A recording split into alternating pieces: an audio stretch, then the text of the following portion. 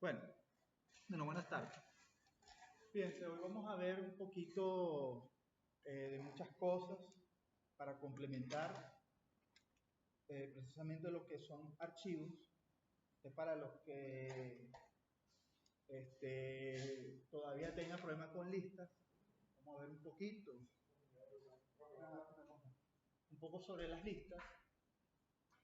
Matrices, aunque no vamos a hablar mucho de ellas, se supone que ya saben llenarlas y manipularlas. Archivos, como venimos trabajando, y bueno, la librería NumPy, que es básicamente nuestra gran aliada en el desarrollo de estos proyectos. Vamos a poner aquí el puntero láser y bueno. Entonces, bueno, yo con lo que quería comenzar era precisamente con un término, con un procedimiento para generar números al azar.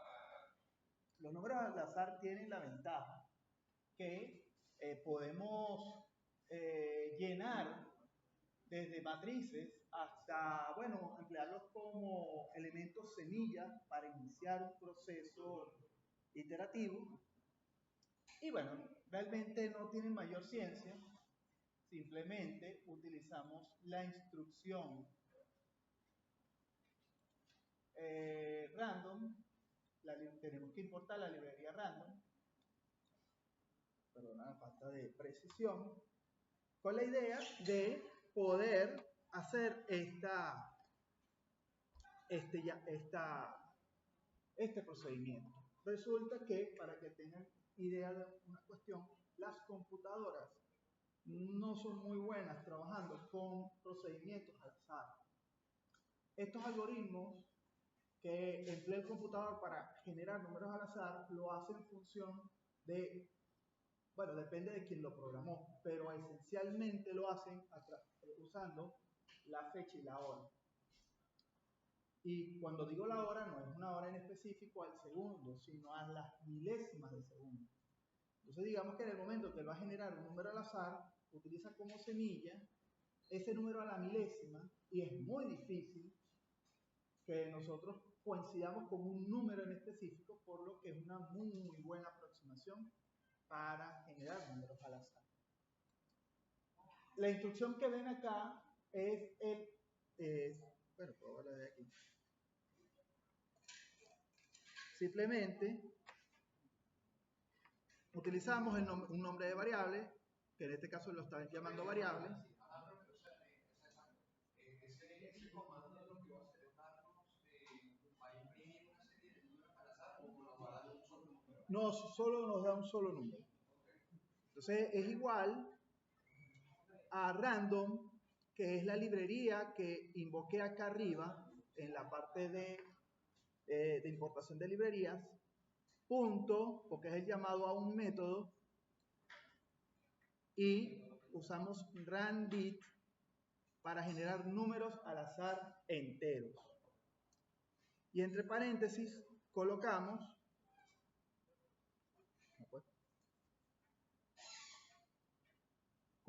para que genere un número al azar entre 1 y 100. Puede ser un entre 1000, puede ser cualquier límite, puede ser una variable. El objetivo es generar un número al azar que nos permita operar. Preferiblemente se genera el número al azar entero y luego se opera con él para transformarlo en tipo float, si necesito hacer una división, si necesito hacer alguna operación en particular. Ok, no tiene mayor ciencia, ya lo veremos en unos ejemplos, pero es bastante útil para generar números al azar que luego puedo poner a prueba en, por ejemplo, llenar una matriz con números al azar y luego operar sobre ella, pues transformarlo en cualquier otra cosa. Puedo también operarlo como un valor semilla, entonces lo van a ver muchísimo durante el desarrollo de su carrera, cuando necesitan iterar de alguna manera, ya sea a mano, ya sea con un computador, siempre tiene que empezar con un número inicial y en caso de que lo esté haciendo de manera física, yo les recomiendo que, bueno, ¿cuál sería el mejor método para obtener un número al azar físicamente. Exacto. Ese es uno muy bueno. Pero si no tenemos dados, podemos agarrar, no sé, un sombrero o un envase, llenarlo de papelitos con números, revolverlo y sacar un número. Eso es una manera bastante buena de obtener números al azar. Y créanme, es una solución muy buena cuando sobre todo estén en campo. Entonces no están lejos de ensuciarse los pies en algún punto geográfico, incluso meterse a 12, 24 metros bajo el agua. Nunca lo he hecho, pero sí tengo muchos amigos que le ha tocado y que han tenido que hacer sus prácticas de buceo y para hacer una inspección, para hacer un trabajo de ingeniería.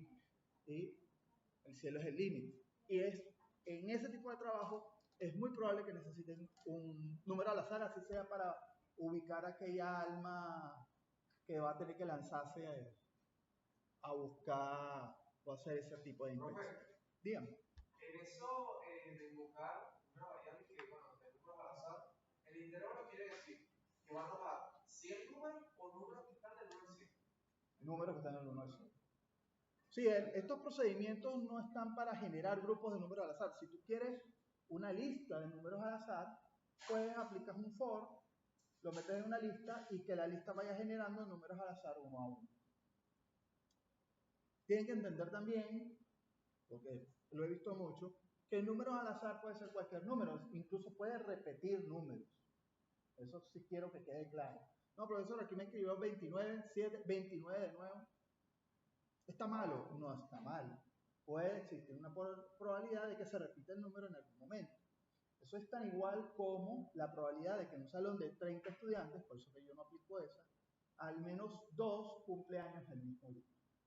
La probabilidad de que en un salón de clase 30 estudiantes, de 30 estudiantes, 2 cumplan el mismo día es prácticamente, yo diría, del 86%.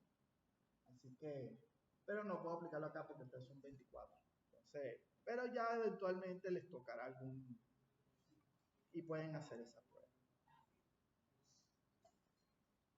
¿Han estado en un salón de clase que tengan a alguien más que cumpla el mismo día? Claro, yo también. Pero el segundo elemento es verificar el máximo de una lista. No sé si se lee bien, porque bueno, creo que lo puse en un color poco claro, pero esto es una instrucción de, vamos a ver si lo podemos oscurecer.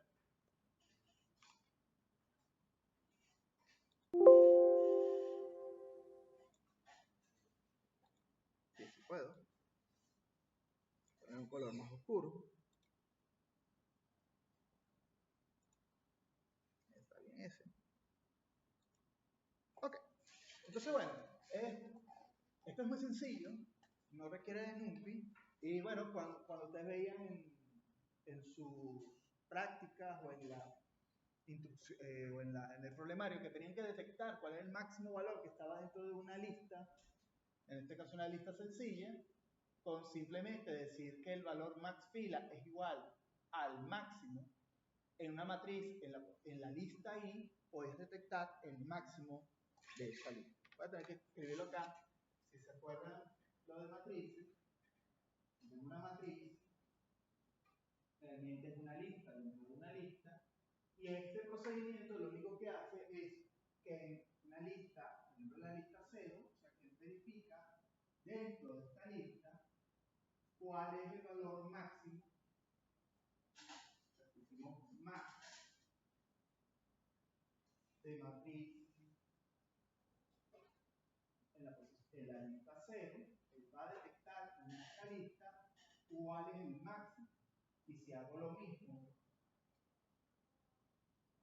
en las demás listas, entonces él va a detectar cuál es el máximo que hay en cada. Y así va a ir. Entonces, claro, entonces le falta un for, ¿sabes? Le falta todo lo que hemos visto hasta ahora, pero como ven, a la hora de la chiquita se le está autorizando utilizar instrucciones mucho más sencillas y olvidar ya un poco, quizás,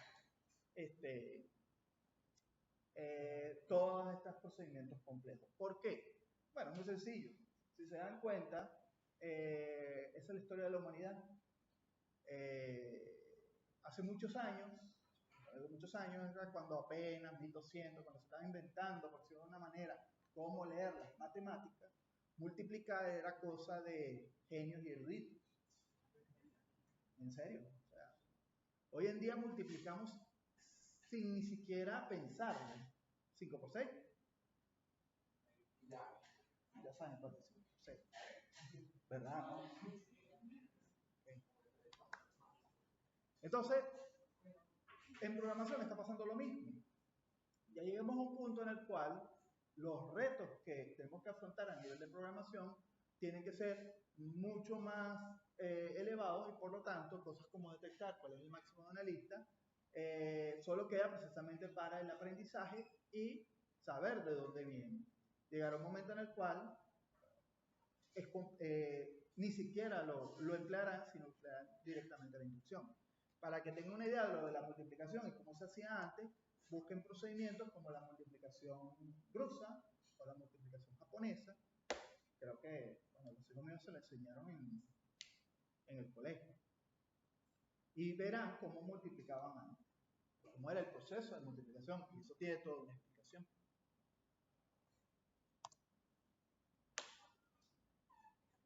Bueno, esto que están viendo acá es el verificar el máximo de una lista con NumPy. El que vimos, este max, como ven, es una instrucción interna del Python. Pero NumPy, que es nuestra gran librería, gran amigo, utiliza un procedimiento un poco más elaborado, por decirlo de una manera. Entonces, vamos acá, poner puntero láser. Y bueno, que primero, lo que siempre tenemos que estar pendiente, que importamos la librería NumPy como NP. Recuerden que esto es ya un procedimiento sine qua non, casi que una norma. Luego queremos crear una matriz de ejemplo, que decimos una matriz es igual, a diferencia de como lo venimos haciendo con el Python, con NumPy tenemos que invocar la librería NP, que hace asociación con este señor, punto array para hacer un arreglo, y luego, bueno, en este caso no lo estamos generando, sino estamos poniendo un arreglo o una matriz de un valor fijo. Sin embargo, ustedes saben llenar una matriz, así que sería bueno que lo extrapoláramos. Eso es básicamente lo que vamos a hacer en las prácticas siguientes. Pero fíjense que quiero encontrar el máximo valor de cada fila. Entonces, max filas, el máximo de toda esa fila, en vez de usar mi for, simplemente digo npmax. np, que es la librería NumPy. Max, que es el método máximo para hallar el máximo. Luego le digo a qué lista o grupo de listas quiero crearlo, que en este caso es este arreglo matriz, y le digo que el eje es igual a 1, indicándole que es cada una de las filas. También puedo hallar el máximo valor de cada columna, entonces puedo decir max columna, npmax, matrix, pero ahora el eje, estoy indicando que es el eje 0. Lo pueden ver de esta manera. Axis 1, para que lo haga cada fila, podríamos decir que realmente es 1. Entonces está viendo todas las listas que estén paralelas al eje 1.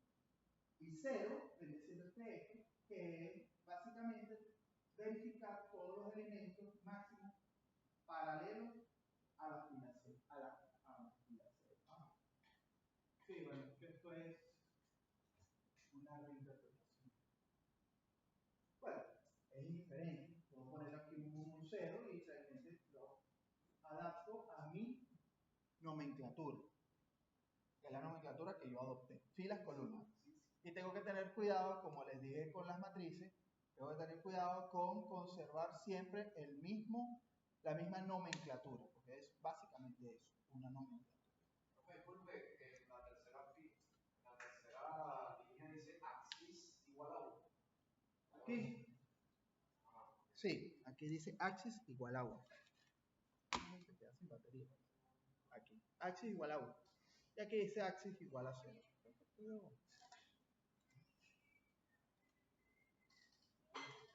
Igual a 1. Si pongo 1 y 1, realmente no estoy haciendo nada. Estoy siempre viendo el máximo de cada fila. Una y otra vez. ¿Okay? Recuerden que esto que estoy haciendo acá es una derivación, es del NumPy. Como ven, NumPy, a diferencia de Python o de la librería interna de Python, vamos a poner aquí las matrices son listas anidadas, que son listas dentro de una lista. Entonces, para el NumPy, que es la librería que estamos trabajando dentro de Python, son arreglos. Entonces él ya discrimina quién es la fila y quién es la columna. Claro, teníamos que seguir siendo nosotros por nomenclatura, pero en esencia no hay mayor inconveniente. Y bueno, imprimimos el máximo de cada fila, de cada columna. Imagínense, en 4 pasos, cuando antes hubiéramos necesitado un for, un while, ordenar la lista, una vez ordenada, ver cuál es el valor máximo, de cuál es el valor máximo, entonces lo imprimo, ya sea en la fila, ya sea en las columnas. ¿Qué significa el axis? Esto. Este es el axis. Para efectos de el NumPy, axis es simplemente las listas que son paralelas a un eje determinado. Estamos bautizando que el eje horizontal es el 1 para las filas y el eje 0, que es las columnas, es el 0. Esas son todas las que son paralelas. Esa nomenclatura es científica. O sea, esta es la primera aproximación que ustedes van a tener a algo que van a ver durante toda su carrera. O sea, porque el Python tiene predeterminado que son dos ejes vertical y horizontal asociados a 0 y a 1. No a 0 y a 1. Yo lo estoy obligando a 0 y a 1 por mi nomenclatura. Porque para él, 0 puede ser fila, como 1 puede ser columna, o al revés. Pero ¿cómo se determina esos ejes? Porque te lo estoy diciendo. Tú tomas la decisión. ¿Y cómo se escribiría en el código? Pones i por 0 y lo asocias a filas. Y 0 lo asocias a columnas. Pero puedes poner un eje así. Puedes poner todo lo que son así, que son verticales, son columnas, que van a ser igual a 0. El eje axis. Y todas las horizontales son filas que toman el valor de 1 a la columna. Axis nada más puede ser 0 o 1. Ah, sí, así solo puede ser. Bueno, puede ser 2 también, pero imagínense, el día que hagan una matriz con una tercera dimensión, ese día no están aquí en la universidad, están en la NASA. O bueno, lo que quiero es que si hay que hacer algo icónico para decir que el eje vertical es 0 y el eje vertical no. La decisión la tomas tú en el momento en que vayas a programar. Preferiblemente esto porque me facilita, si no, bueno, van a tener que, cuando hagan en parcial, explicar, mira, pero como les dije en la otra clase, si vamos a hacerlo así, se casan con este concepto. No lo alteren durante el desarrollo del programa porque, bueno, se imaginarán, se vuelve un pastel. Estoy agarrando filas, columnas, pero más adelante no fue el valor de la columna y no de la fila. No, tengo que borrar. O lo voy a hacer en la computadora y empiezan a sudar. Entonces, con calma. ¿Por qué? Porque es fácil de equivocarse, yo mismo me equivoco. Entonces, complejo.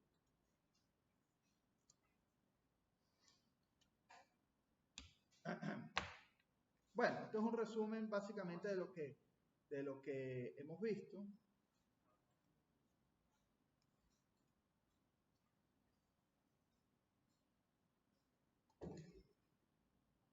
Como ven, lo que estamos estamos hablando de NP matrix axis 1, encuentra los valores máximos en cada fila. Aquí hay un error, esto debería ser 0 acá. Vamos a corregirlo de una vez.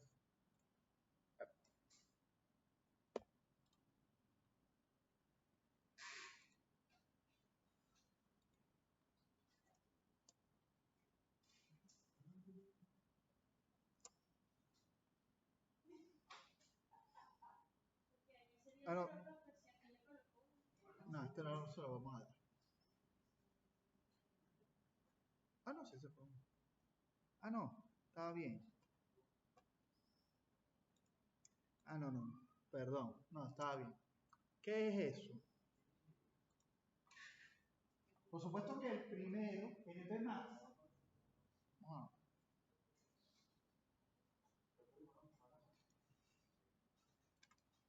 NP Max les devuelve el máximo de las filas.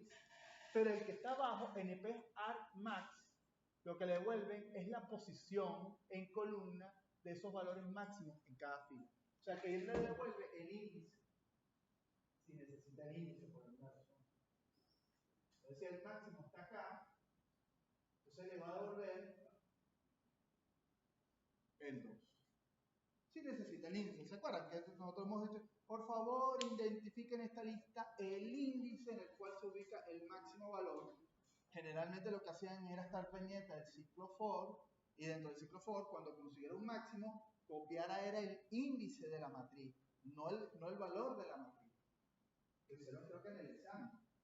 Que tenían un for in range. Y entonces ustedes decían que si el valor de A en la posición I es mayor que A en la posición I más 1, entonces decían que posición o índice era igual a pi para almacenar el índice. Bueno, ahora se lo da al más. ¿Y si hay dos índices que tienen el mismo valor más? Es que depende no, te da el primero en el cual se tropieza. ¿Sí? ¿Qué pasa? Ese es precisamente el problema, ojo, de estas cosas automáticas. Cosas automáticas nos sirven muchísimo para resolver problemas muy puntuales de manera inmediata. Puede darse el caso en el cual, como es el caso de este salón, no me importa dónde esté el máximo, siempre que me detectes un máximo, yo simplemente verifico y chao. Pero supongamos que tú necesitas el máximo de un valor de una plancha de acero y resulta que el máximo lo está detectando en el borde, la máxima temperatura que hay en una plancha.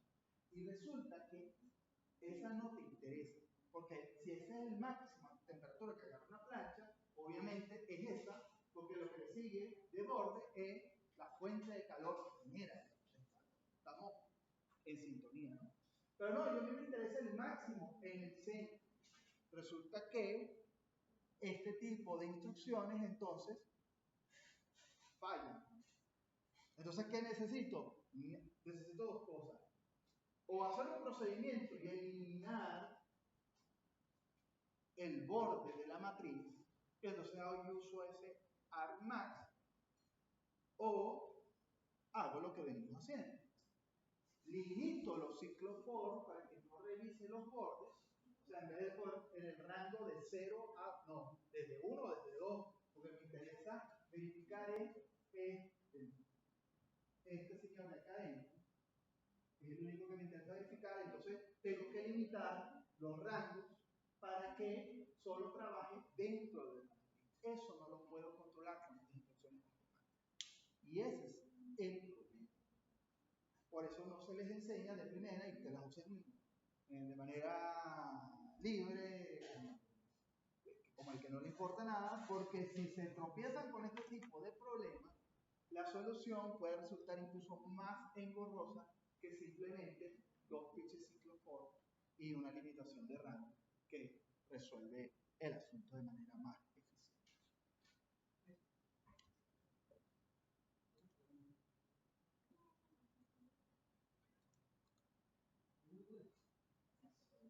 Bueno, lo que tienen aquí al lado es el mismo Es lo mismo que teníamos allá, pero un procedimiento bastante formal, que echa todo el cuento y puedes probarlo perfectamente. Recuerden que esto está cargado en el Canvas, así que no hay problema. Y bueno, si el video queda bien, también se lo subo para que lo vean y lo compartan también con sus compañeros, los que no pudieron venir hoy. Sabemos que hoy es un día tarde.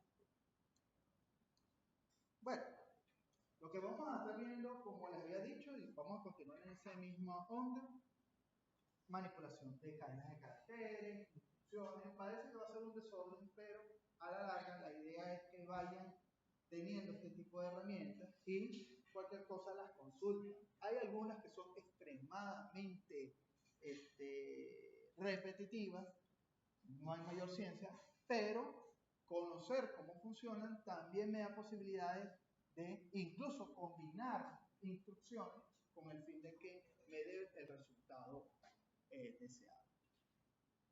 Ajá. Antes de hablar del método Start Switch, yo quisiera que vieran algo en particular. Si recuerdan la última clase, nosotros nos quedamos en un problema tipo que se ha dado un par de coordenadas solicitadas al usuario.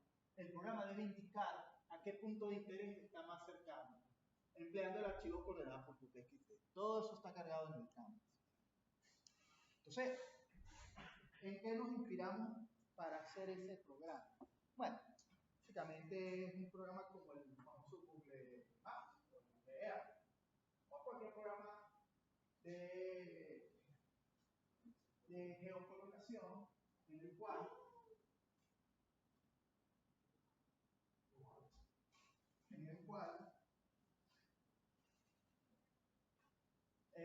yo le indico a él un punto de interés y entonces él me arroja las coordenadas. Como también yo puedo indicarle las coordenadas y él me puede indicar cuál es ese punto de interés que puede haber allí. Un archivo, por supuesto, muy rupestre, pero bastante efectivo, vendría siendo ese archivo Notepad.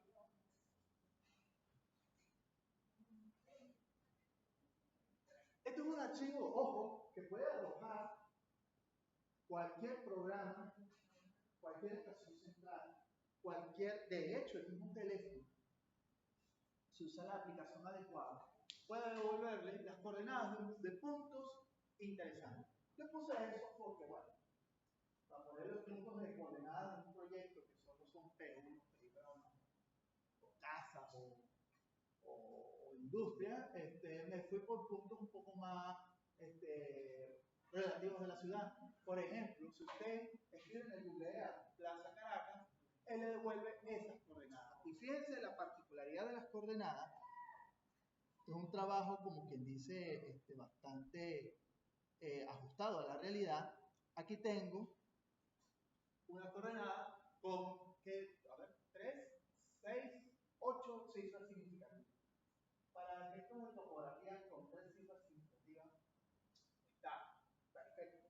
Pero, bueno, a veces la exigencia de mayor precisión se debe a que la computadora puede hacerlo y Google Maps es gratuito. Así que, profe, ¿qué ha marcado está el ejercicio y lo que estamos haciendo ahorita es que 7, 8, cadenas listas, misceláneas? hay uno que se llama cercano. El programa se llama cercano. Hay coordenadas conectadas.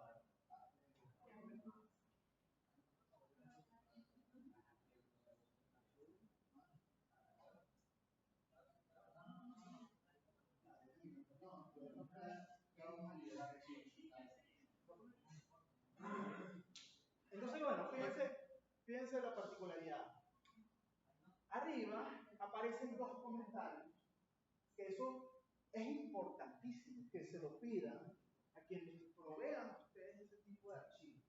Estos archivos pueden venir, como ya les dije, de aparatos de computación centrales, pueden venir por aparatos que son antenas GPS, pueden venir por, incluso, hay métodos de levantamiento usando un sistema que se llama LIDAR, no sé si han oído de él. El punto está en que son programas que generan puntos y muy probablemente escuchen algo que se llama nube del punto, porque con ello las IA están aprendiendo a avanzar.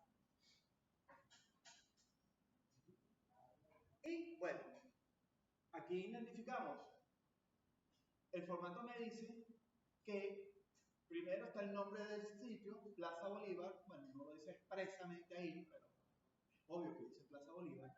Tiene una coma, luego tiene una coordenada, otra coma y otra coordenada. Entonces tú te preguntas, bueno, ¿quién es quién?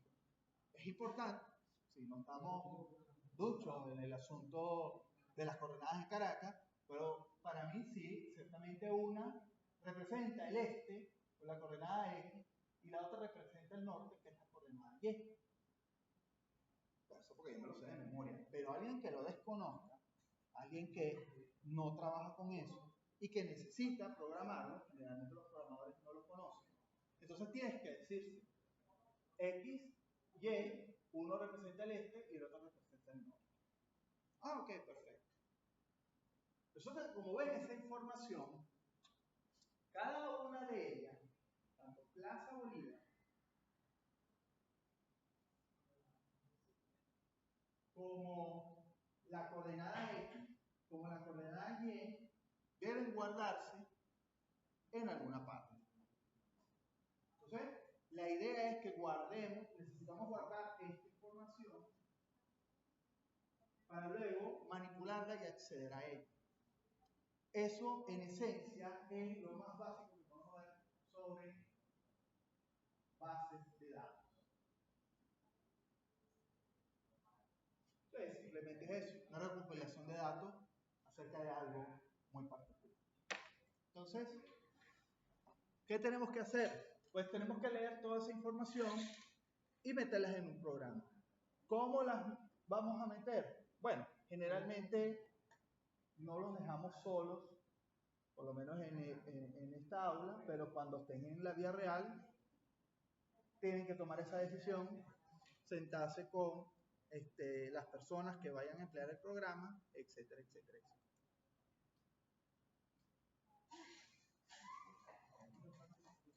A ver.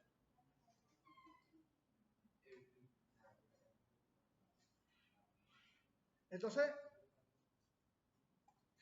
¿cómo hacemos el programa para que empiece a leer el archivo y poder manipularlo con estas instrucciones que vamos a ver? Bueno, lo primero que podemos hacer es asignarle a una variable el nombre del archivo que vamos a emplear. Esto es un método. Recuerden que nuestro objetivo de esta base de datos es abrir el archivo para leer la información.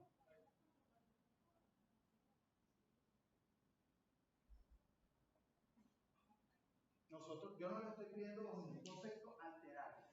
Es leer la información.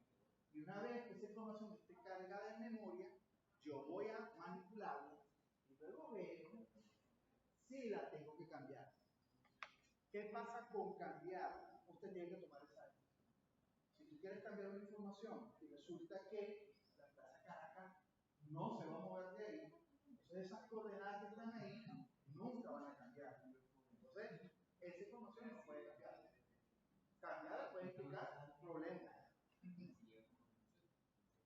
Entonces, no la voy a cambiar. Perfecto. Entonces, eso es lo que hacemos acá. Es que cambia esto al nombre real del archivo. Nosotros vamos haciendo esto más o menos en vivo. Vamos a presentar ciertos problemas para abrir el archivo y lo vamos a ir subsanando porque es básicamente lo que también van a tener en el programa. Bueno, el programa ahora le pide al usuario un par coordenado. ¿Qué pasa? ¿Cuál es la idea del programa? Que dados puntos georreferenciados, es decir, la Plaza Caracas, y lo demás siendo lo que quiera que sea, Teatro Caracas Carreño, etcétera, etcétera, yo quiero saber, en un punto que introduzca el usuario, como a lo que hace el nuclear, solo que en este caso vas a introducir el punto, ¿okay? Vas a introducir el punto cualquiera, él debería detectar de todos estos puntos que están acá, perdón, bueno, nosotros tenemos y este aquí es para sacar. Si el usuario está parado aquí, que detecte cuál es el punto que está más cerca de él. Básicamente lo que hace Googlea. Lo que pasa es que Googlea, ¿qué hace también? Tiene más bases de datos en las cuales habla de avenidas, calles, y en el cual, para detectar si estás más cerca de este punto, emplea unos algoritmos.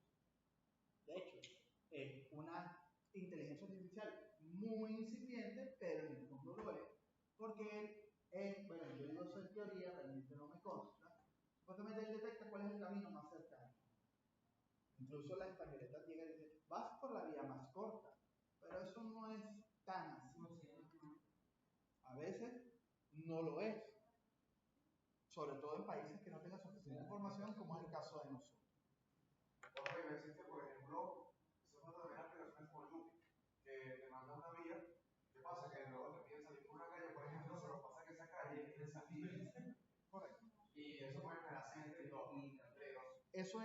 Eso es básicamente porque la base de datos es algo tan sencillo como decirle a él que si transforma las calles en matrices, si esta matriz en sí es número 1, quiere decir que el sentido es hacia arriba.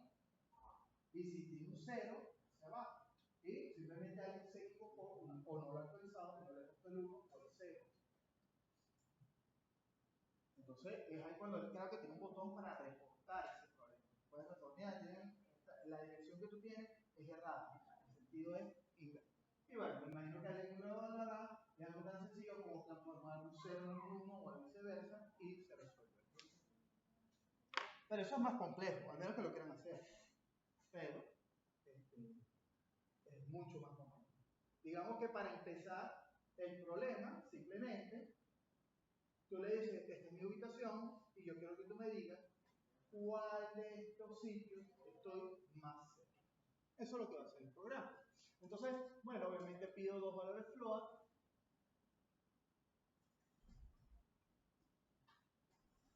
Y luego guardo, ojo, en una lista, usuario, la coordenada X y la coordenada Y.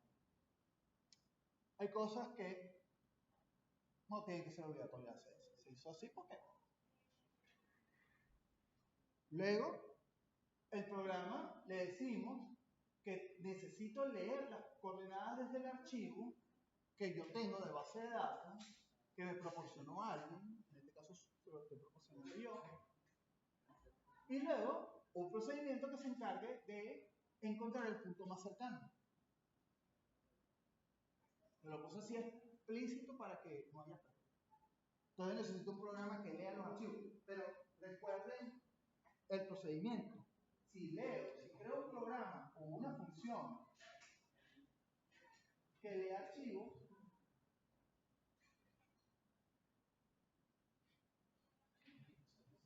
¿verdad?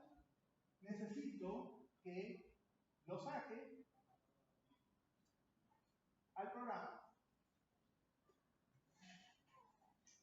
principal. Y como un archivo, y como una función saca una información al programa principal,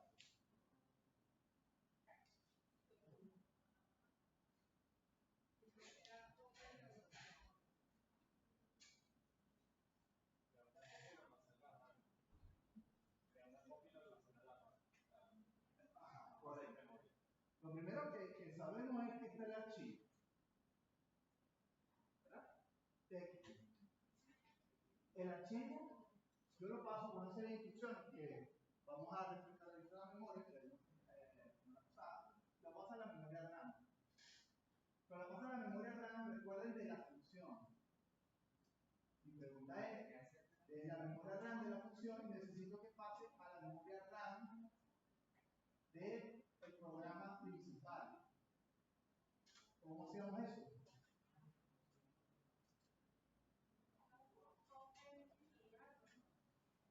El open es para abrir el archivo, está asociado a lo que estamos haciendo aquí para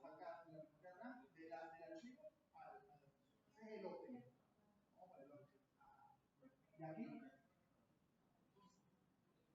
Open está, leí los archivos, no sé qué carajo hace, pero lo leo. Lo leo y lo guardo en una variable. Y luego esa variable tengo que...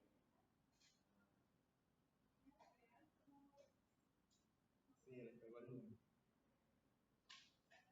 Aplico return para que salga del archivo. Tengo que asegurarme que salga el programa principal. Porque si se queda aquí dentro de la función y no lo retorno, se queda dentro de la función y no ha hecho nada. Eso para refrescarte la memoria. Entonces, bueno, me interesa ver puntos, leer coordenadas de archivo, nombre de archivo. Fíjense que yo lo único que necesito para ir y sacar los valores de un archivo es el nombre del archivo. Es lo único que necesito. Yo les recomiendo, como siempre les he señalado, que siempre que hagan un procedimiento, hagan un procedimiento o una función o función que lea el archivo y otro procedimiento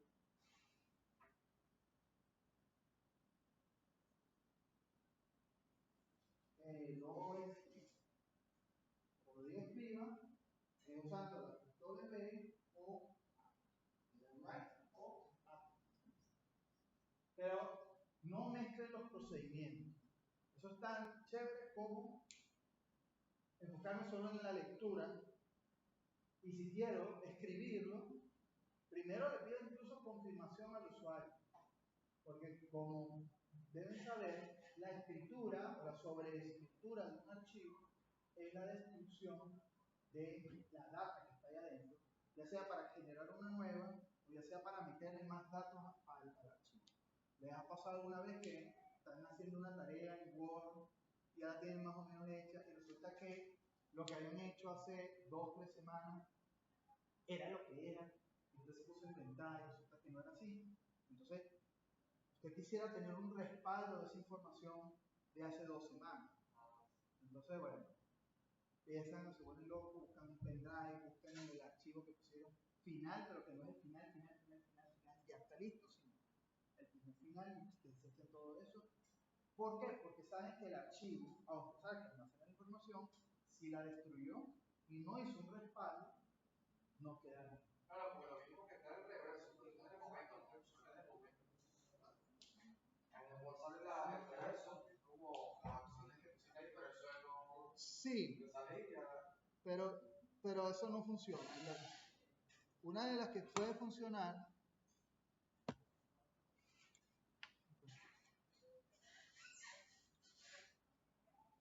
es como pues, estas nuevas versiones de Word tienen la ventaja de que usted puede darle aquí y acceder a un historial de versiones. Pero esto es porque, bueno, cuando le dé la gana de aparecer, está lentísimo. Él te muestra ahí una historia de las versiones anteriores que tienes en el mismo archivo, con el fin de que puedas rescatar. Pero eso es en el caso de los paquetes que obviamente no es gratuito. Aquí está. Fíjense que aquí están versiones modificadas a las 2028, 2016, 1132, 1124, 1114. Y si yo hubiera modificado esto cuando hice esa presentación, que la hice hace 2 años, aparecería aquí la versión de C2. Esa es la ventaja de hoy en día. Pero eso es un paquete que incluye una cantidad de servidores, incluye una cantidad de cosas. Es un poco difícil de acceder a ello.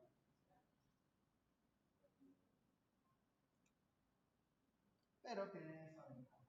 Entonces, yo les recomiendo que trabajen de esta manera. No mezclen los procedimientos. Traten de separarlos porque cometer un error implica, y entonces, bueno, rezar, a mí me ha pasado muchísimo. Que hayas todavía, que no se te haya ocurrido borrar el correo que te mandó el cliente al principio del proyecto y que puedas acceder a él para que puedas nuevamente hacer la cuestión, porque es mucho más corto que tratar de devolver la información que tienes acceso, porque no tienes manera de hacerlo. Entonces, tengan cuidado con esto. Entonces, bueno, volvamos a nuestro programa. Vamos a tratar de trabajarlo acá, vamos a ver si esto crece. Ok, y entonces estamos con la función puntos. Entonces, lo que básicamente está haciendo esta línea es tomar la información que va a estar en el nombre en el archivo y guardar esa matriz de datos dentro de puntos. Vamos entonces a puntos.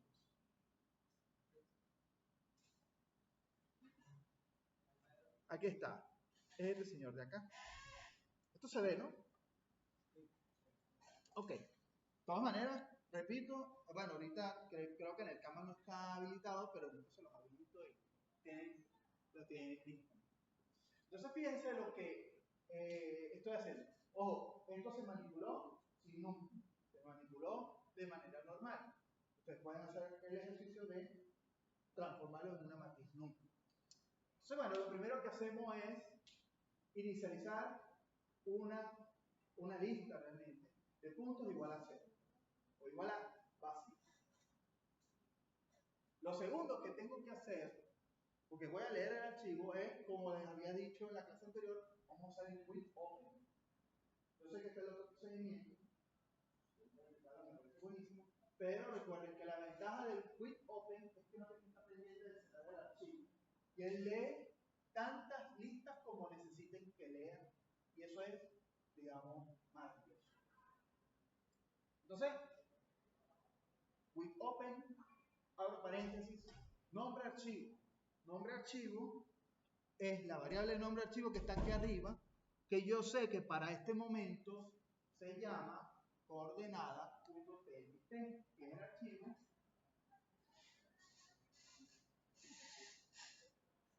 que contiene las coordenadas que yo me voy a manejar.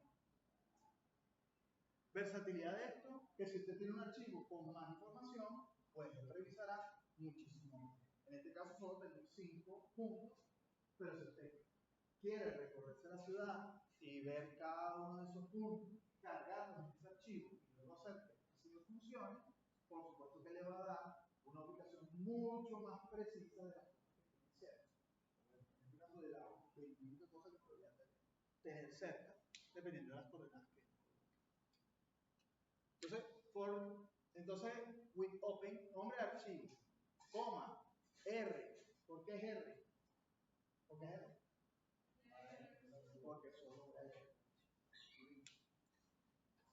Cierro paréntesis, haz archivo. Recuerden que él está con ese procedimiento, el with open, busca el nombre del archivo, lo va a abrir tipo lectura y le va a poner para efectos de sobrenombre dentro del programa la palabra archivo. Pude haber puesto lo que a mí me viniera en gana. De hecho, ustedes en la clase anterior vieron que decía file.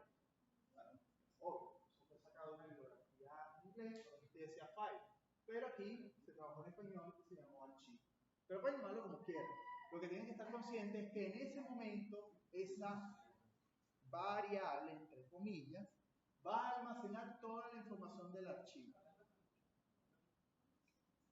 Y ahora me interesa guardar la información del archivo en una matriz. ¿Cómo va a ser la matriz? La manera más chévere de trabajar. Una matriz que se parezca, lo más recomendable es que se parezca, lo cerré.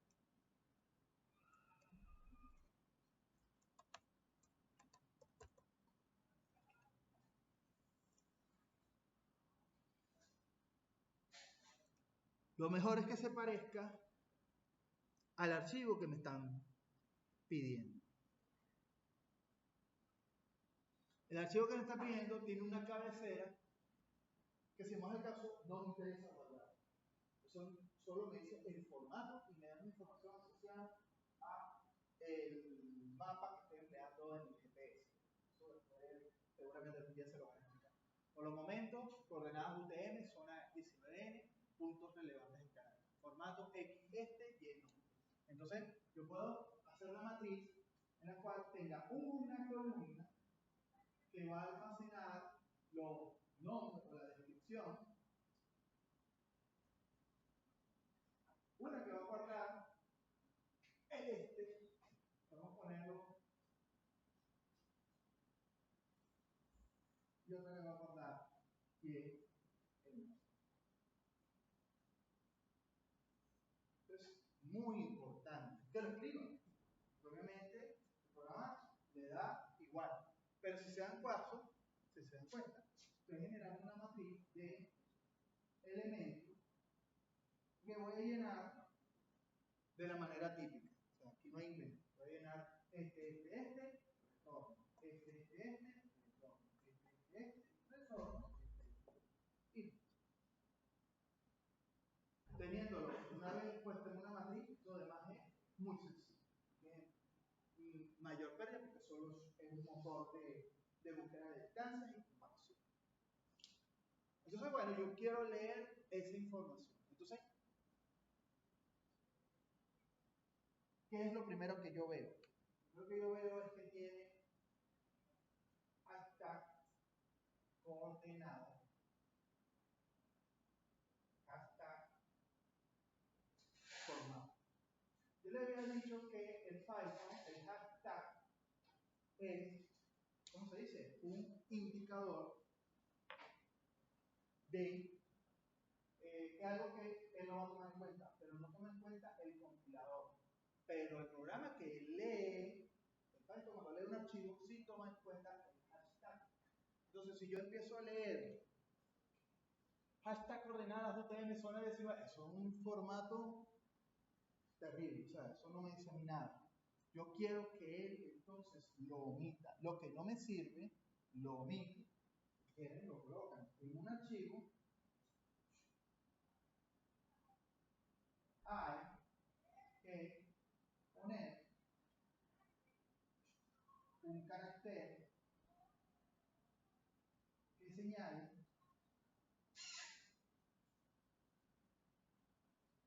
que ese texto debe omitir.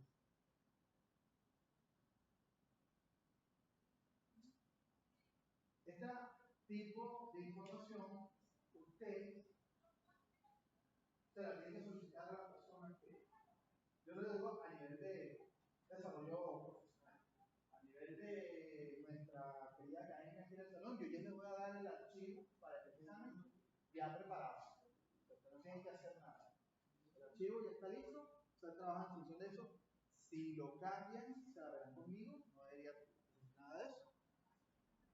La idea es que no cambien el formato del archivo, porque así es como lo vamos a entregar. En este caso, el archivo originalmente, siéndoles sinceros, me lo entregaron de esta manera.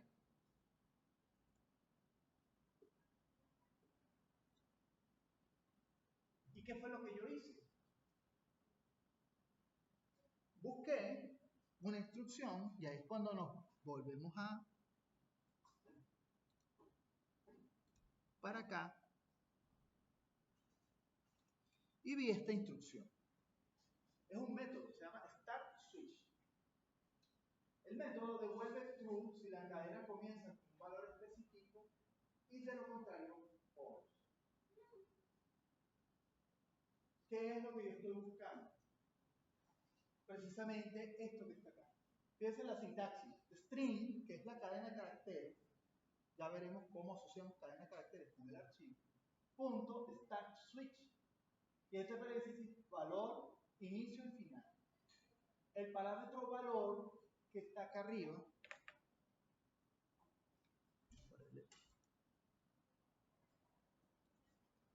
este valor que está acá arriba, valor, es obligatorio y es el valor por el que va a comprobar si la cadena comienza por ese valor.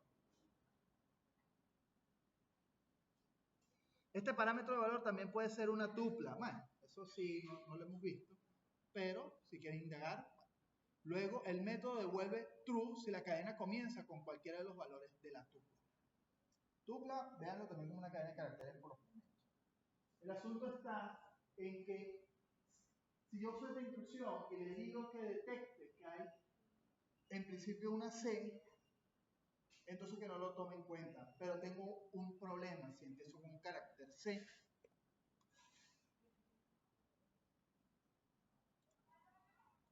Son las cosas que tienes que ir solventando en el cuadro de mano. Si yo uso una C para que omita la primera línea de coordenadas, pues funcionaría. Pero resulta que hay un punto de interés que quiero captar, que es catedral de carácter. Y empieza por C. Entonces, si él detecta la misma C mayúscula, entonces el programa no funcionaría adecuadamente porque no tomaría en cuenta, en este caso, la catedral de carácter. Eso por darles un ejemplo. O sea, pueden haber miles de puntos en la descripción que tenga un carácter determinado. Por eso es que yo me veo en la obligación, y a lo mejor a ustedes les puede pasar lo mismo en algún instante, de colocar un carácter rebuscado, pero ni tan rebuscado. Yo sé que el hashtag es un carácter bastante especial porque no sirve para nada. Entonces, cuando yo le pongo el hashtag, vuelvo aquí a mi amigo modo Start Switch, y yo sé que si pongo Start Switch, si pongo el hashtag en esa cadena de caracteres que estoy leyendo, él me va a devolver true, y si el valor es true, no lo leo. Entonces, si consigues hashtag, es un problema. Pero si no consigues hashtag, empiezas a leer. Y entonces, para efectos de mi archivo, todos los puntos de importancia no comienzan con hashtag. Entonces, lo de arriba, para efectos de mi programa, no existe para el programa. Pero si me interesa a mí, recuerden que es la cabecera de la base de datos. Y estas bases de datos, todas tienen esas cabeceras, todas, sin excepción. Claro, porque si no, usted no sabe qué está leyendo. Y básicamente la ingeniería es hoy en día, como se llama, es la dueña ama absoluta de las tablas en las cuales usted organiza la información de tal forma que una columna sea para un dato, otra columna sea para otro, etcétera, etcétera. Pero tengo que saber quiénes son. Y bueno, ya el cabecero me interesa. ¿Por qué no me interesa cambiarlo? Porque es la información que me está suministrando bueno, la mayoría de las veces, un tercero. Entonces, por eso que tengo ese cuidado particular. Solo le pongo el hashtag en el cabecero para que no lo lea mi programa. Y básicamente eso es lo que hacemos aquí. Fíjense, ahí dice y not línea.startSwitch y entre comillas como el hashtag.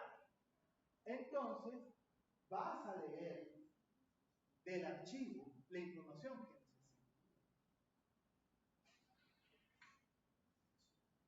Eso es lo que está haciendo en ese momento. Me salté un momentico el for, me disculpo, pero el for, bueno, básicamente es como hemos venido trabajando.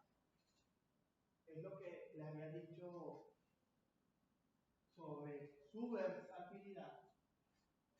Porque si tuviéramos que leer cada una de las líneas de un archivo, tendríamos que usar RIC 9 o RIC, según la instrucción que vimos anteriormente.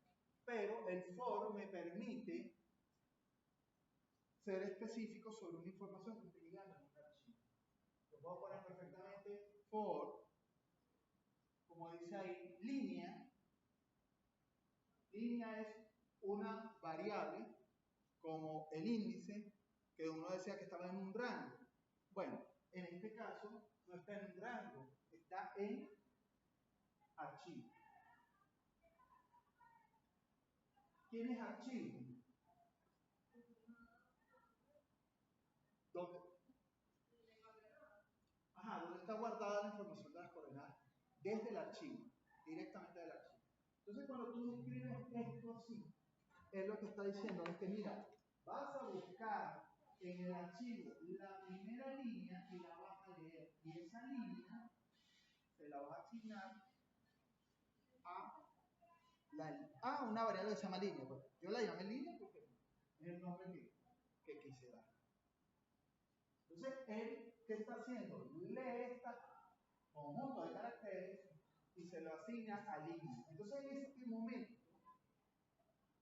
la primera línea que lee es hashtag, coordenadas, bla, bla, bla. Eso es lo que vale línea en este momento.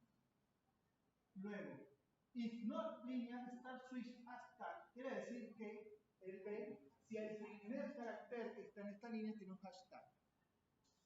Si lo tiene, vale true.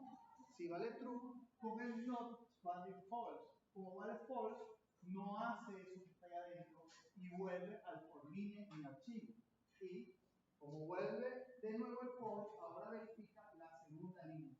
La segunda línea también tiene un hashtag, bla, bla, bla, bla, bla. Sabemos que es otro hashtag. Viene el if, ve que tiene un hashtag, no hace nada, vuelve para arriba y viene a la tercera línea. Y la tercera línea no tiene un hashtag, sino dice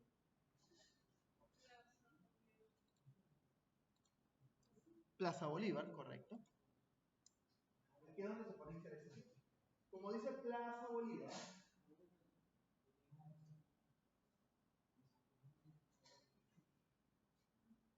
if not línea, no tiene hashtag, entonces entra dentro del fondo.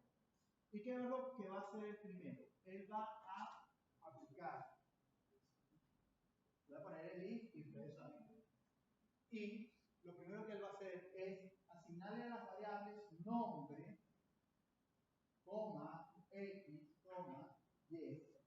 Entonces, ¿se acuerdan que lo vimos? Yo puedo asignarle a cada uno de ellos un valor simplemente diciéndole con coma. Aquí es donde es versátil este tipo de instrucciones, aunque también funcionan en las funciones, pero aquí es bastante chévere. Y aquí es igual. Bueno, está esa otra grosería que está ahí, que dice línea.strip.split. Oh, ¿qué problema?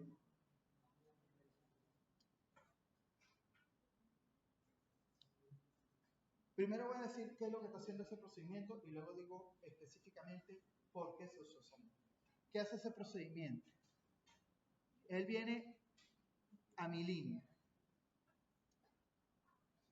Mi línea dice Plaza Bolívar, coma, un número, coma, otro número. Pendiente con esto. Primero, como estoy leyendo en un programa, yo no he alterado para nada el punto decimal, entonces mi separador de decimales va a ser siempre el punto. ¿Ok? Pase lo que pase.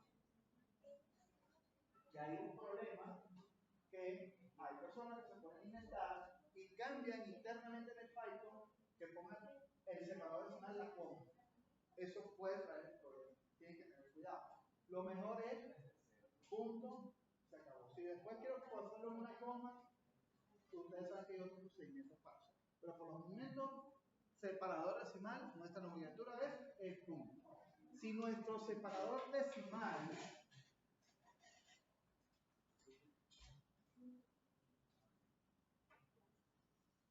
es el punto, nuestro separador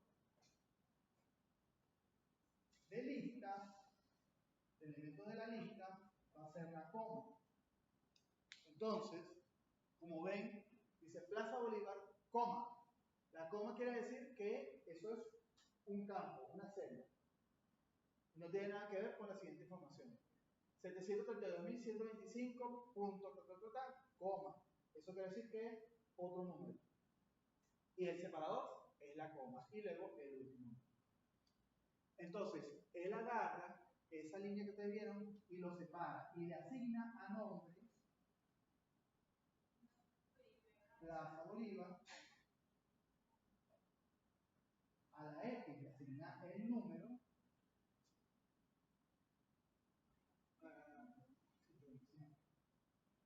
Dos puntos, bla, bla, bla.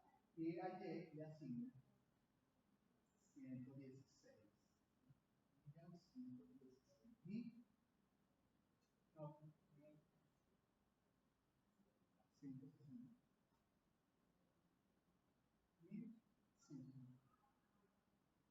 le asigna a cada uno de ellos ese valor. ¿Cómo se lo asigna? Bueno, para los que les gusta el caletre,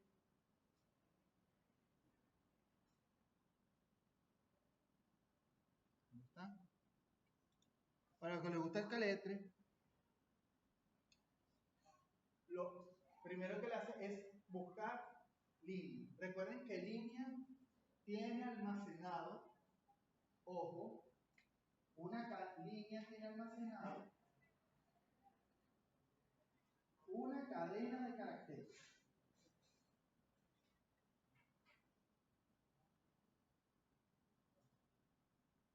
¿Ok?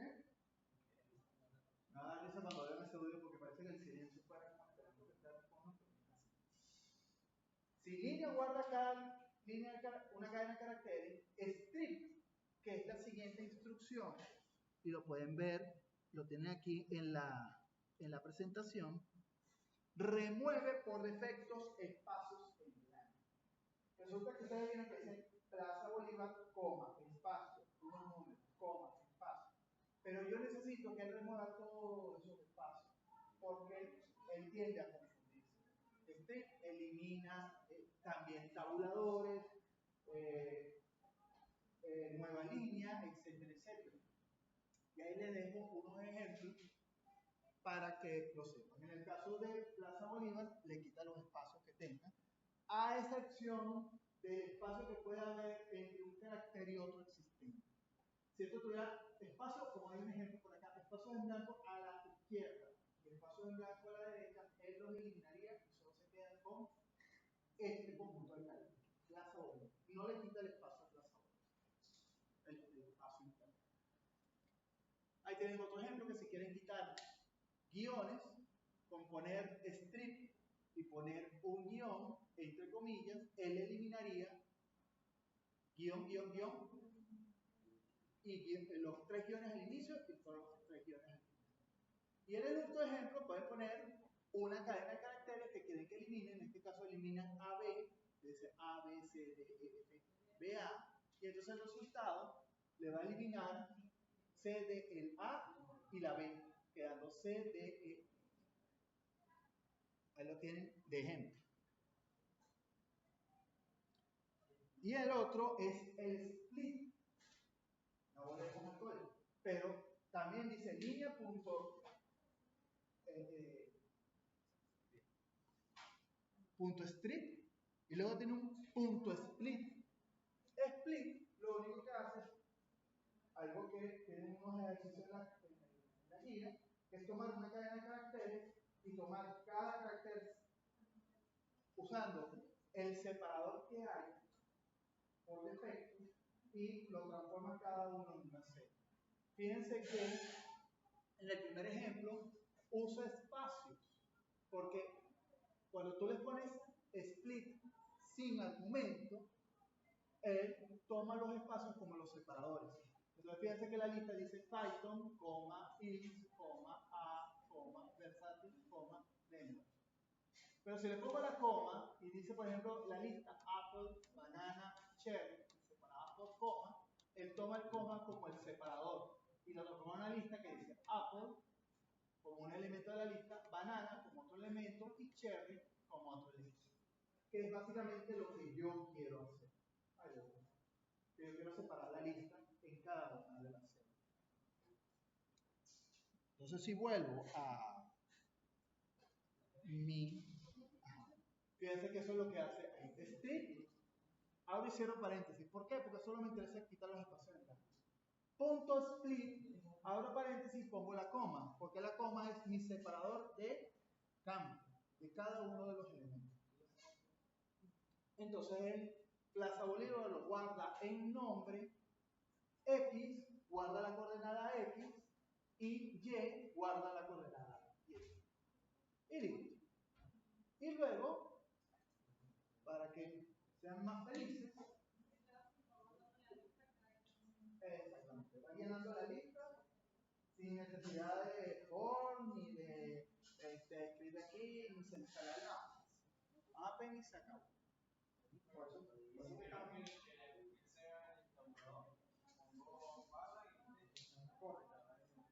hay veces, sí, bueno, lo que dice tu compañero es cierto, hay veces que ustedes le van a entregar esas listas de información con un separador de celdas que son espacios o tabuladores.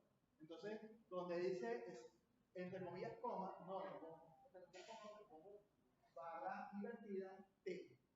Entonces, el separador de campos es el tabulador. Entonces, él lo toma como que lo separan. Por ejemplo, fíjense. Bueno, ya, vamos a ver si esto funciona primero.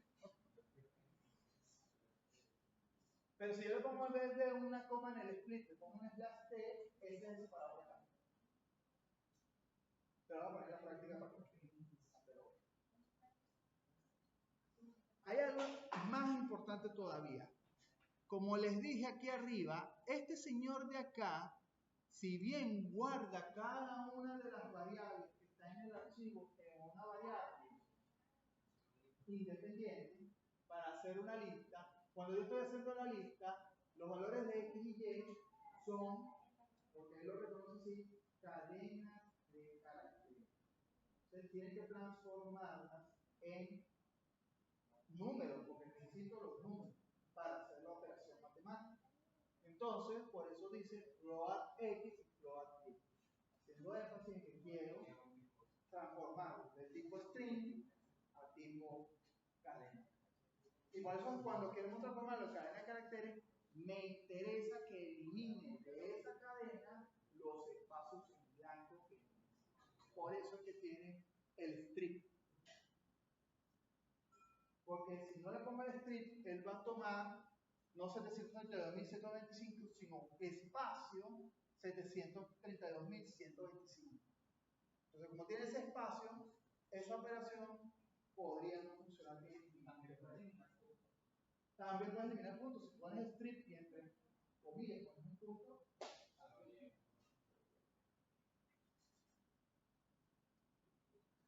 bueno, yo tengo certeza, ojo, es lo importante de formato, por eso es que lo de cadenas de caracteres lo vamos a estar viendo muy cercanamente, sobre todo la generación de listas, porque la generación de listas bien hechas da como resultado que puedo leer la información de manera adecuada y rescatarla de algún tipo de archivo que me puedan entregar para poder operar con él.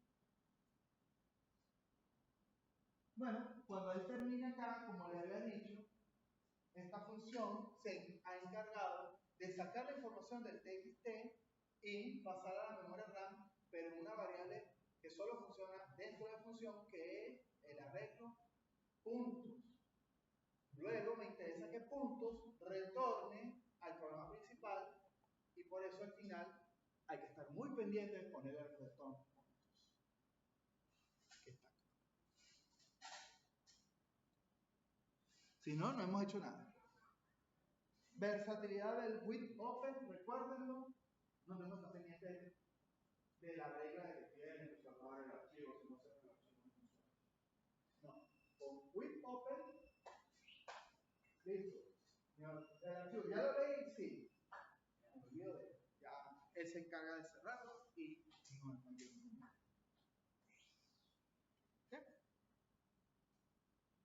Entonces, cuando hace return puntos en el programa principal, tiene las coordenadas. Y bueno, punto cercano. Quiero encontrar cuál es el punto más cercano. Bueno, este es un problema de programación súper típico. No tiene mayor ciencia. Simplemente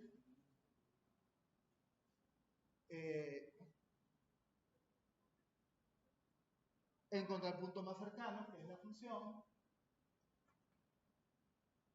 Este punto más cercano decimos que es ninguno. Decimos que la distancia mínima es todo lo que muevo con lo que hablamos. Float in, para decir que, ¿por qué? Porque necesito que se inicialice el punto más cercano, no puedo inicializarlo con 0, porque yo estoy seguro que a la primera comprobación, como sigue valiendo 0, seguramente, va a decir que el punto más cercano es el más ridículo de todos. No interesa, es el mismo, por decirlo de manera.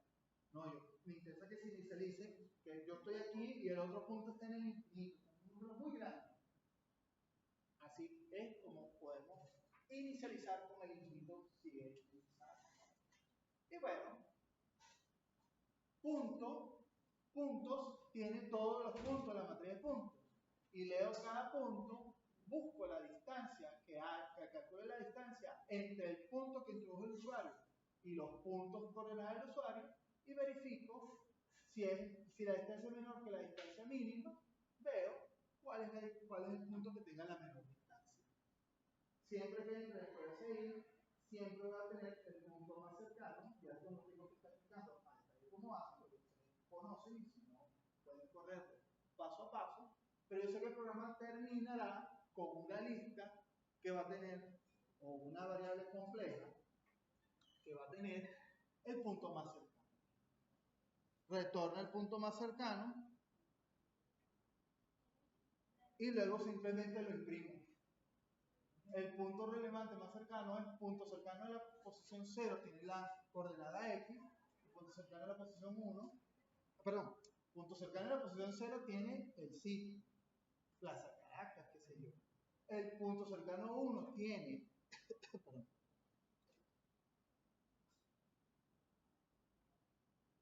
tiene la coordenada x con 2 decimales, no me interesan más, y el punto cercano 2 tiene la coordenada y en el punto cercano. Y bueno, ya terminó el programa. Recuerden que esta parte del if name es simplemente para invocar el programa principal. Y aquí tienen otra variante más del programa principal. Resulta que yo defino una función que se llama main. Esto es una manera muy antigua, de hecho. Cuando todavía estaba Python en pañales, que había que declararlo como si estuviéramos hablando en lenguaje C. Entonces supongamos que terminaron la práctica y listo, voy a correr mi programa, entonces le doy F5, bueno, le doy play que le dan ustedes, Python debugger,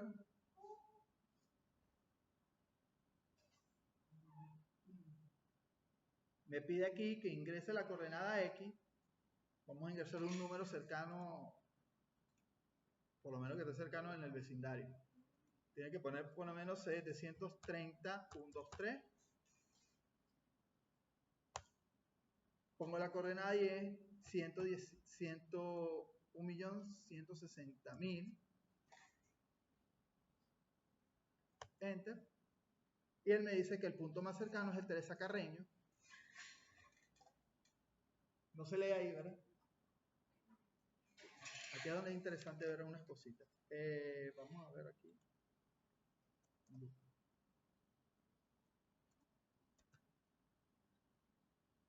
¿Cómo que es loop en inglés? McNifer.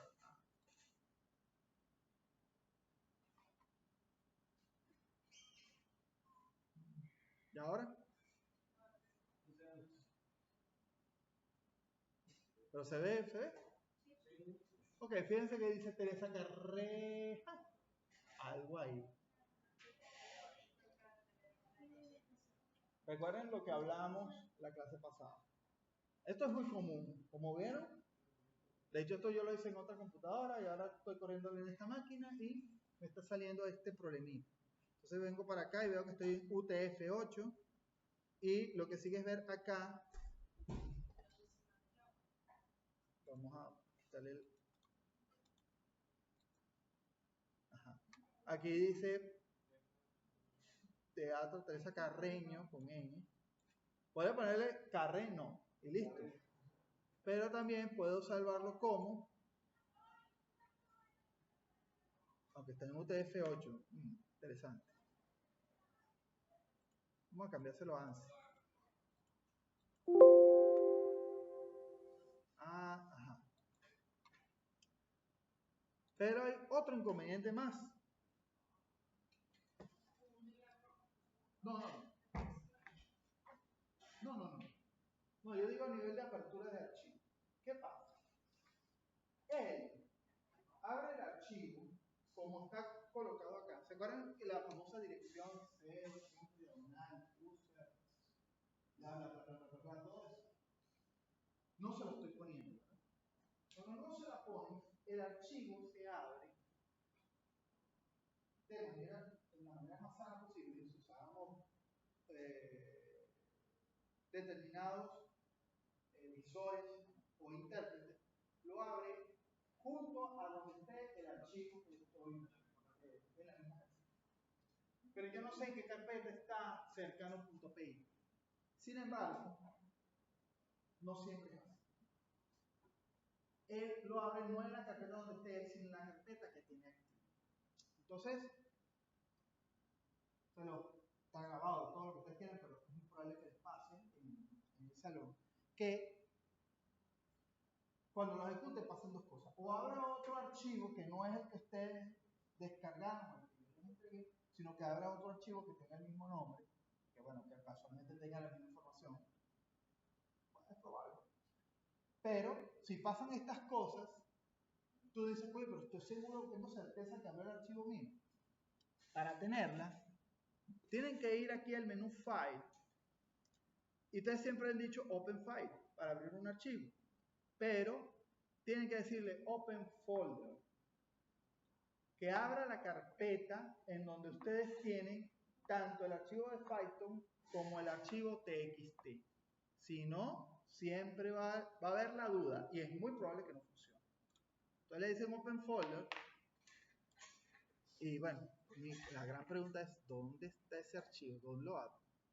Bueno, voy a decir en Desktop. Y voy a decirle Select Folder. Fíjense lo que pasa. Después de aquí, comienzan a sudar porque desapareció todo. Y dice, uy, mi información, ¿y dónde está mi? Imagínense, Tartalia, una cosa viejísima. No está en la información. Resulta que cuando tengan ese, pues, obviamente ustedes van a abrir la carpeta que tengan, que ustedes estén trabajando en la práctica, que están todas sus prácticas. Esa es la que van a abrir. Yo, bueno, tengo que, por desordenado, tengo que buscar dónde está cercano 28.7, este es el que decimos Open File Location. Ahí está cercano. Y está coordenada que creo que es la misma. Pero quiero tener certeza de eso. Y lo voy a copiar, o bueno, lo voy a cortar.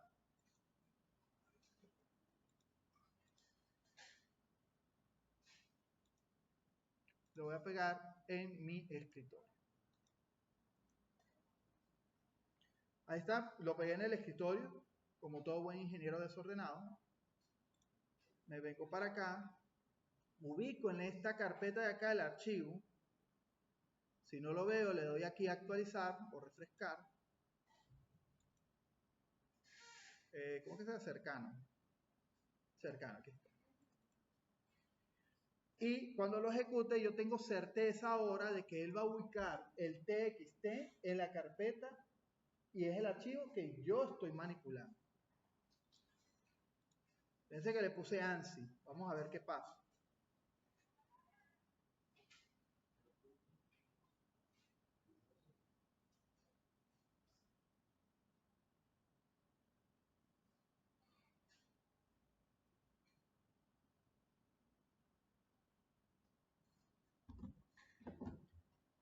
Bueno, un poquito de paciencia.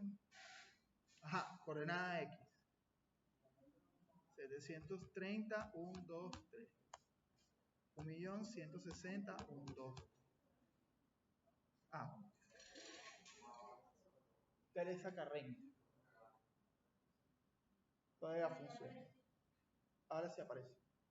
Como les dije, es un problema de codificación. No se alarga. Como igual, ese es el mismo cuento de las peliculitas, de los subtítulos de las películas. Y la solución era esa, cambiar el código en el cual estoy. Está salvado el archivo.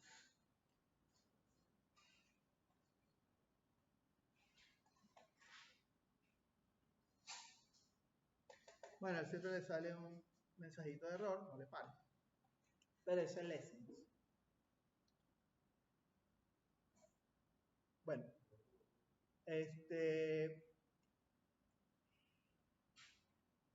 yo los invito entonces, aunque el programa es bastante obvio, pero invito a que corran paso a paso, vean qué hace, sobre todo en la parte de la suma, eso es lo que hicimos de práctica, y repasen esta parte que les estoy dando de archivo, Y bueno, nos vemos el día miércoles. Trataré de subirles esto hoy y lo comparto con la carpeta con el grupo, perdón, del WhatsApp. Y díganle a sus compañeros que vayan. Está ahí. Y el miércoles seguimos hablando. ¿Ok? Estamos listos. Sí, aparentemente, porque esta era la otra práctica. Bueno, no sé. No, sí queda otra práctica. ¿Saben cuándo es el examen, no? Ah, ok. Sí, no, claro. ¿Qué pasa? Estaba viendo precisamente con sus compañeros.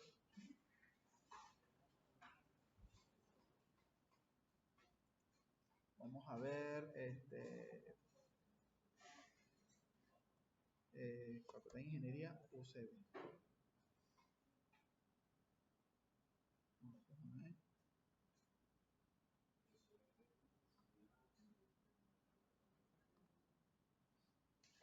Se ve ahí, ¿no? Sí, sí.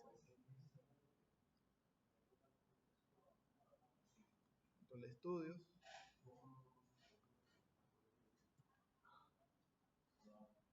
No sé si eso va a cambiar, pero si cambian, lo que hacen es darnos más tiempo. Calendario académico.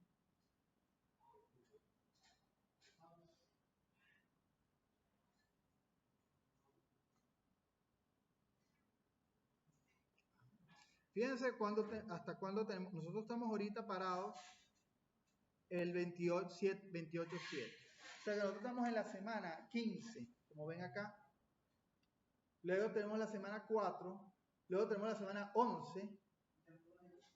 Y luego la semana 18.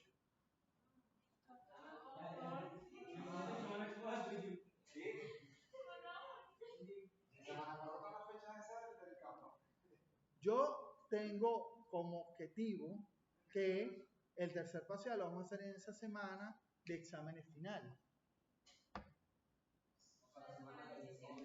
Del 11 al semana 16. Propongo que sea bueno, yo había hablado el 11, pero bueno, el 11, ajá, el 11. Entonces tendríamos una sola práctica. Al menos que hagamos la primera. ¿El cuál?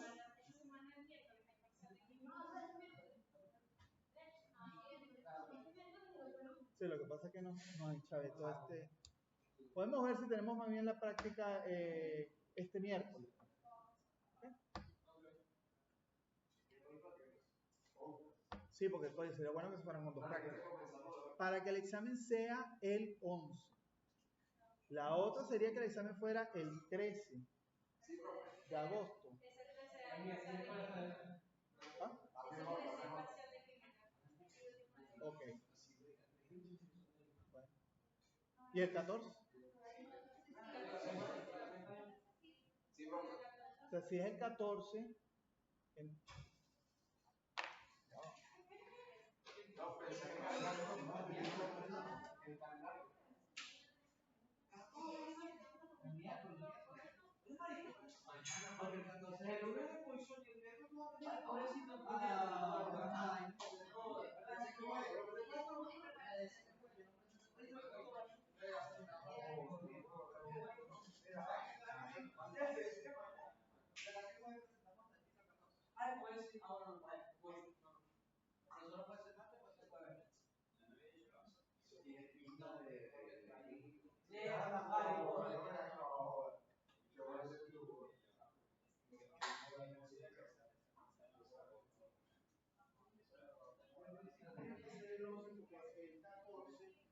estas dos aulas están ocupadas. Aparentemente es el 11. Déjenme ver si para ese entonces también los demás profesores terminan.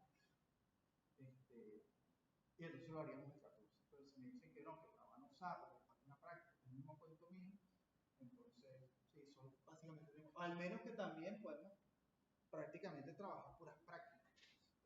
Esto requiere más ejercitación que cualquier otra cosa. el punto está en que, bueno, que el parcial es esa semana, el 17. Y el 18 son las recuperaciones y reparaciones para que lo requiera. Que la reparación es el 10 de la semana 18. El día lo acordamos dependiendo de... O sea, porque lo que está diciendo es que como lo hacemos el 14. Sí, sí. En principio el 11. Tuvimos función del 11. Si es el 14, yo les aviso. Miren, pero, muchachos, vamos a hacer el 14 y el 11 tenemos práctica. Tenemos una práctica.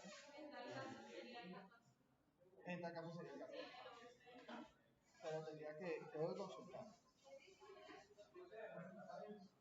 Por eso es que no podía dejar pasar esta clase.